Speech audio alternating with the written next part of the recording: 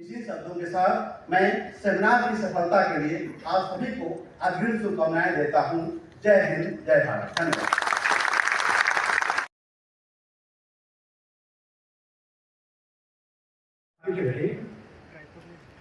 उन्हीं विकास की मान्यताओं को अपने स्वीकार किया है। क्या है, हमने बनाई है उनका। और ये प्रश्न बड़ा कठोर और कठिन है।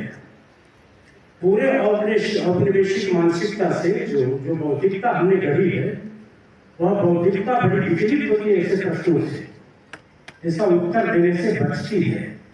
और इसलिए इसमें हमें विचार करना चाहिए कि और विकास की बात करते हैं और ग्रामीण की चर्चा। दुनिया राम जी ने कहा कि भारत के गांव और भारत तो भारतवर्ष के मेरा उद्बोधन के साथ आमंत्रित करना चाहूंगी।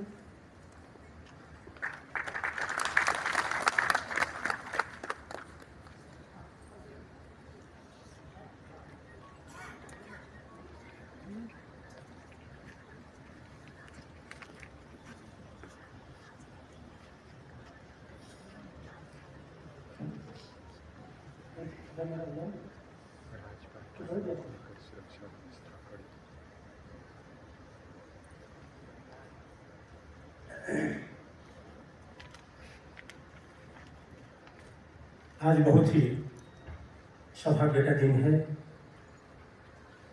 जिस कार्यक्रम में हम सहभागी बने हैं, उस कार्यक्रम की गरिमा इसलिए चौगुनी बढ़ जाती है क्योंकि इस मंच पर इस बिहार के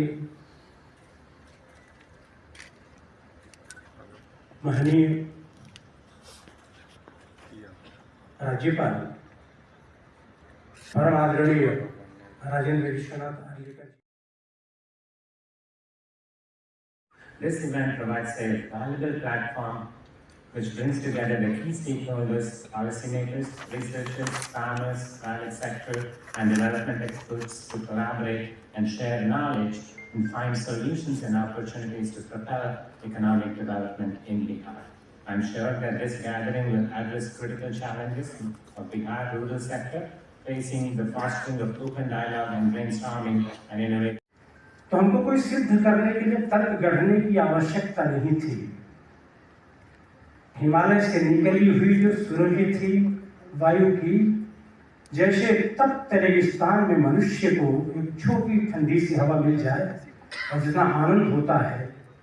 फिर दूसरा कृषि रोड मैप 2012 से 17 तक आया, तीसरा कृषि रोड मैप 2018 से 22 तक आया, और इसका परिणाम ये हुआ कि 2012, 13, 16 में हम सब लोगों ने देखा कि हमारे राज्य के अंदर चाहे वो मक्के का उत्पादन हो, धान का उत्पादन हो, गेहूं का उत्पादन हो, इन सभी चीजों में उल्लेखनीय प्रगति बिहार ने किया। चर्चा कर रहे हैं कि हम जिस प्रकार के खाद फर्टिलाइजर्स का उपयोग कर रहे हैं, उसके आधार पर हमारी जमीन है, उस जमीन का स्तर दिन ब दिन नीचे जाता रहा। हम सभी वहां देख रहे हैं जो केमिकल फर्टिलाइजर्स हमको यहाँ लाकर दे रहे हैं, यूरिया है, फास्फोरस है, और क्या चाहे, नाइट्रोजन का, बस सब कुछ लेकर करिए और अपना उत्पाद जो दिन ब दिन बढ़ रहा था उसको नीचे। आज की तरह हाइब्रिड गाय नहीं होती।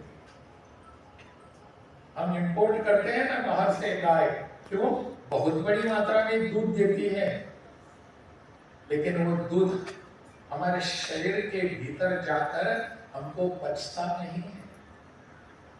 देसी गाय का दूध हम जब लेते हैं तब ये हमारे शरीर का भरण पोषण होता है, लेकिन यह गाय केवल दूध देती थी ऐसा नहीं। गाय का मूत्र हो, गोबर हो, इन सबको मिलाकर खाद बनता था।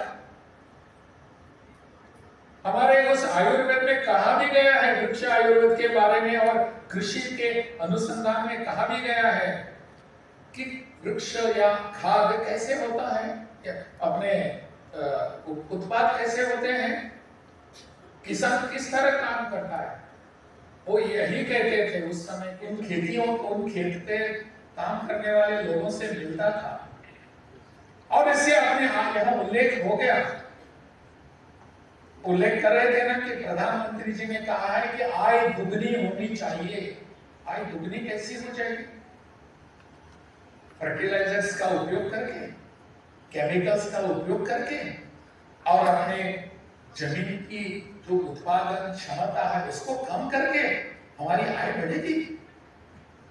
इस जमीन की अगर हम उत्पादन क्षमता उसका स्तर जब बढ़ाएंगे तब जाकर हमारी आय दुगनी हो सकती है। वहां इस तरह हाइब्रिड गाय नहीं होती। हम इंपोर्ट करते हैं ना बाहर से गाय, क्यों? बहुत बड़ी मात्रा में दूध देती है, लेकिन वो दूध हमारे शरीर के भीतर जाकर हमको पचता नहीं है। देसी गाय का दूध हम जब लेते हैं तब ये हमारे शरीर का भरण पोषण होता है। लेकिन यह गाय केवल दूध देती थी ऐसा नहीं, गाय का मूत्र हो, गोबर हो, इन सबको मिलाकर खाद बनता था। हमारे उस आयुर्वेद में कहा भी गया है, वृक्ष आयुर्वेद के बारे में और कृषि के अनुसंधान में कहा भी गया है कि वृक्ष या खाद कैसे होता है, अपने उत्पाद कैसे होते हैं, किसान किस तरह काम करता है। वो यही कहते थे उस समय के जमाने में कि हवा, पानी और जमीन, इन तीनों चीजों की आवश्यकता होती है। जंगल में वृक्ष जो होते हैं उसको हम खाद देते हैं क्या? उसकी हम निगाह रखते हैं क्या?